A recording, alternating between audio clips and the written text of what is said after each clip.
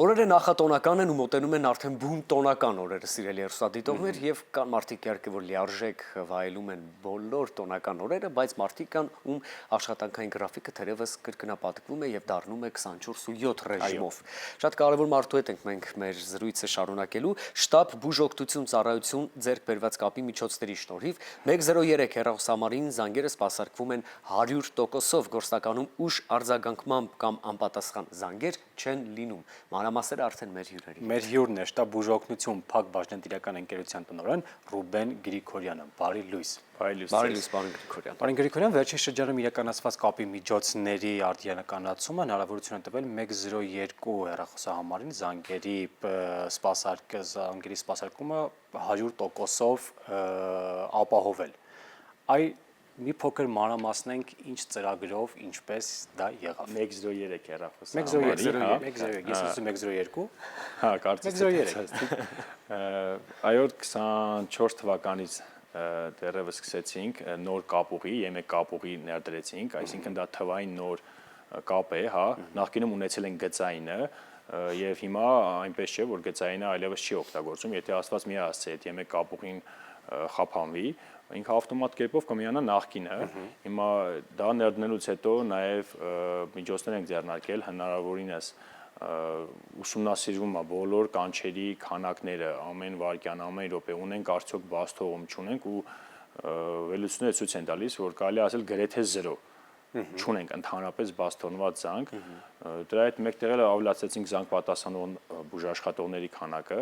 այսինքն այդ մասով լրիվ այդ հարցը փակվել է, թվում է թե ինքը այտենց ոնց ասենք կարա շատերի մոտ հարց առաջանա նախկինում, այսինքն բաց եղել է, հավատացեք, որ եղել է նման օրեր, եղել է նման դեպքեր, հիմա հստակ ասում ենք, որ չկա նման բան։ 103-ի մասով այդ հարցը լրիվ փակված է, չունենք նման խնդիր։ Շատ լավ, սա խոսում է էլեկտրոնային եղանակի մասին, որը նորամուծություն է, բայց եկեք մի փոքր ավելի մանրամասն սա ներկայացնենք, մեկտեղելով նաև նոր բջջային հավելվածի մասին, որովհետև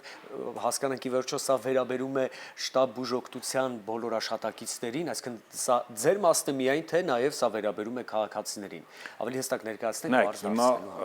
նոր խոսում ենք 103 հեռախոսահամարի մասին, այս պայծրությամբ դեռևս 103 հեռախոսահամարը գործում է Երևան համայնքի ենթակայության ներքո։ Երբ որ զանգը ստանում ենք քաղաքացիների կողմից 103 հեռախոսահամարով, ինքը էլեկտրոնային եղանակով կանչը փոխանցվում է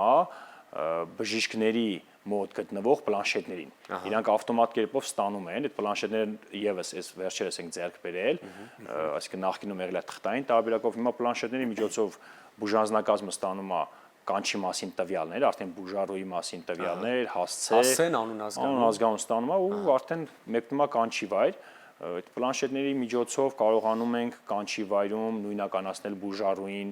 հստակ իր անձնագրային տվյալներով կամ ծննդյան տարեթվով հստակեցնել այդ խոսքը տվյալ պացիենտի մասին է թե ոչ։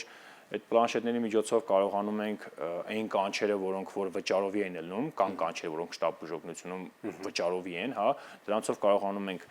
անկախ եղանակով ստանալ վճարումներ, դրանցով շատ հեշտ է բժիշկների համար, ասենք, եւ ձայնային եղանակով են անամնես հավաքում, կանչ լրացնում եւ ասենք շատ ավելի շատ հեշտ է, քան նախկին ընթացքը ավելի դինամիկ է դարձվել։ Այսինքն ավելի թվային ենք դարձել, միանշանակ, ասենք, դա լիքը առավելություններ է տալիս բուժանձնակազմին աշխատելավոճում։ Իսկ այդ ծրագիրը արդյոք կհեշտացնի տոնական օրերին, ամանորին, մենք գիտենք բոլորս էլ, որ ամանորին շտաբ օգնությունը գերծանրաբեռնված վիճակով է աշխատում, արդյոք կնվազեցնի այդ գերծանրաբեռնված վիճակը։ Միանշանակ ինքը այդ ժամանակահատվածը կանչ լրացնելու, երբ որ մենք գնում ենք կանչի վայր, այդ բուժարոյի մասին տվյալներ ենք հավաքում։ Անամնեզ, ցուցաբերված օգնություն, չգիտեմ, ասենք ճնշման տվյալներ, էլեկտրասրտագություն, այդ բոլորը պատկերացրեք, որ եթե լրացվում էր թղթային տարբերակով ու բուժանձնակազմը այդ ազատվում էր, եթե թղթային տարբերակով է լրացնում, մոտավորապես ավելի երկար ժամանակ ծախսի որ լրացնի, քան ասենք ձայնային տարբերակով կամ էլեկտրոնային եղանակով, կամ ասենք, չգիտեմ, օրինակ թղթային տարբերակով ինչ որ թվեր գրելու փոխարեն, այդտեղ արդեն պատրաստի կա ծրագրում, ուղղակի ասենք բժիշկաներ նշելով շարժումը առաջ։ Բնականաբար նոր տարվա նախաշեմային շատ ավելի է շատանում կանչերը, ոնց որ դուք նշեցիք, այո, 24/7 էլ ավելի է շատանում,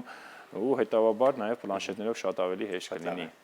2025 թվականը ամփոփում ենք թերևս 2-3 կարևոր կետերի ձեռքբերմամբ եւ հաջողություններով, բայց դիմավորել ենք 2026 թվականը։ Ինչ մտքեր կան, ինչ ծրագրեր կան, որոնք դրված են ձեր առջև։ Նայեք 25 թվականին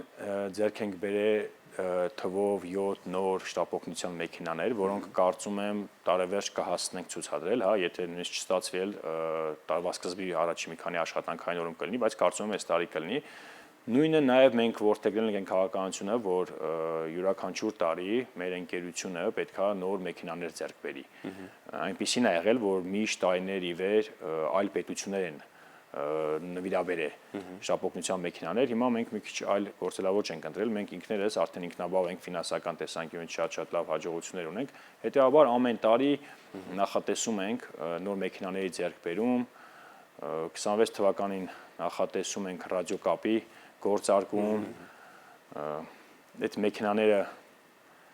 մեքենաները բացի ԱՊԱ պայմանագրից պարտադիր ապահովության մասին է խոսքը, պետք է ունենան նաև կասկո պայմանագիր, ծրագրերը շատ են, դե բնականաբար բոլոր մեր բուժանձնակազմին կհետաքրի 26 թվականին բնականաբար ամեն ինչ անում ենք, որ աշխատավարձերի վերանայումը լինի, հուսով եմ կհասնենք այդ հաջողությանը, իսկն կա բավականին ծրագրեր կա ու հստակ վստահ եմ, որ այդ հասնելու ենք այդ ամեն ինչին։ Այն մենք խոսում ենք կարևոր ձեռքբերումների եւ հաջողությունների մասին, բայց կա մի գլխավոր դերակատար, որ հենց ինքն է բժիշկը, մենք խոսում ենք նաեւ մեքենաների ձեռքբերման մասին, խոսում ենք հավելվածների եւ նոր մեթոդների մասին, որոնք շատ ավելի դինամիկ են դարձնում առհասարակ ընթացքը շտապ բուժօգնության, բայց արդյոք կարողանում ենք այս ամենի հետ մեկտեղ նաեւ ունենալ մեր կողքին վստահելի եւ գիտելիքներով լի բժիշկներ, հա, սա շատ կարևոր է կարծում եմ պետք է անդրադառնալ։ Հավատացեք, կարողանում ենք ու մեր մոտ ոչ միայն բժիշկ կա, հավատացեք այդ անձնակազմը, սկսած վարորդ, միջին բուժաշխատող ու բժիշկ, բոլորը ասենք իրենց ուրույն դերը ունեն, հա, ասենք վարորդները իրենց մասով, միջին անձնակազմը իրենց մասով, բժիշկները իրենց մասով ու այդ ընդհանուր ձեռքբերումների հետ մեկտեղ պետք է նշեմ, որ նաև բուժօգնության որակը էականորեն փոխվել է ու մենք անընդհատ մեր աշխատանքով մեր առաջնահերթ խնդիրներից է դա, որ հնարավորինս ամեն ինչ անում ենք, որ որակյալ իրական բուժօգնություն ցուցաբերվի մեր քաղաքացիներին։ Շատ լավ է, բավականին բարդ գործ եք դուք անում, հետաքրքիր է ինչպեսի բարդությունների, ինչպեսի խոչընդոտների եք դուք բախվել եւ ինչպես եք հաղթահարել, եթե իհարկե դրանք եղել են։ Նայեք, իմ համար հիմնական խնդիրը, դե կոնֆլիկտները ընթացքում լինում են, դրանք լուծվում են, շատ հեշտ հավատացեք, ելնում է, որ չես չի լուծում, բայց ելնում է մեր հիմնական խնդիրը, այսպես կոչված քրոնիկ բուժառուներն են։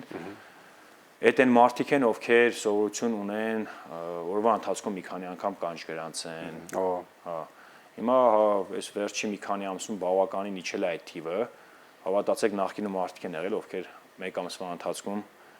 մինչև 90 անգամ կանչ են տվել։ Ուտենց երկար տարիներ, այսինքն այդտեղ խնդիր է եղել չգնալ սպասարկելու, թե գնալ սպասարկելու։ Հիմա համայնքի հետ միասին, հա, պրոցեսում ներգրավել ենք պոլիկլինիկաներին ու բավականին հաջողություններ կան, վերջին մի քանի ամսվա ընթացքում արդեն այդ թիվը իջել է մինչև ամսվա ընթացքում 20 անգամ, այսինքն դեռևս կան բուժառուներ, ովքեր մի ամսվա ընթացքում 20 կանչ են տալիս, իհարկե նորմալ չի։ Ընդհանրապես մեր քաղաքացիներին ես կխնդրեի, որ շտապ բուժօգնության ծառայությունից օգտվեն հարկի դեպքերում, այսինքն ուղղակի ճնշում չափելու, թոքերը լսելու համար կանչ չտան, էլի կանչ տան իրական դեպքերում, որովհետև այդ կանչերի պատճառով իրական շտապ բուժօգնության կարիք ունեցող կանչեր ունենում ենք դեպքեր, որ ուշանում է։ Իհարկե թերություններ մենք ունենում ենք, այդ թերությունների շնորհիվ, որ բարձրաձայնում ենք քաղաքացիներին ավելի լավն ենք դառնում, բայց այդ մասով մենք ամեն ինչ անում ենք, որ այդ քանակը հնարավորինս նվազեցնենք։ Այս հարցը իհարկե ծագել էր իմ մեջ, բայց շատ հաճելի էր, երբ ավտոմատ կերպով եկանք ու հանգեցինք այս կարևոր եզրահանգմանը, թե ինչ դեպքերում կարելի է զանգել շտապ բուժօգնություն ստանալու համար։ Ձեզ օրվա դրական շարունակություն, լինենք բոլորս առողջ, լինենք մտածված հատկապես այս օրերին, որպեսզի չբախվենք որևէ առողջական խնդիրներին։ Բարին ձեզ, սիրելի պարոն Գրիգորյան, շնորհակալ ենք շատ։ Սա այն դեպքն է, երբ ասում ենք հանդիպենք միայն այսպես հարցազրույցների ժամանակ։ Առողջ առիթներով ամենակարևորը։ Այս վայրին ընդվիճվենք երաժշտական տրամադրությամբ, վերադառնանք եւ ամփոփենք առավոտ լուսոն, խնդրեմ։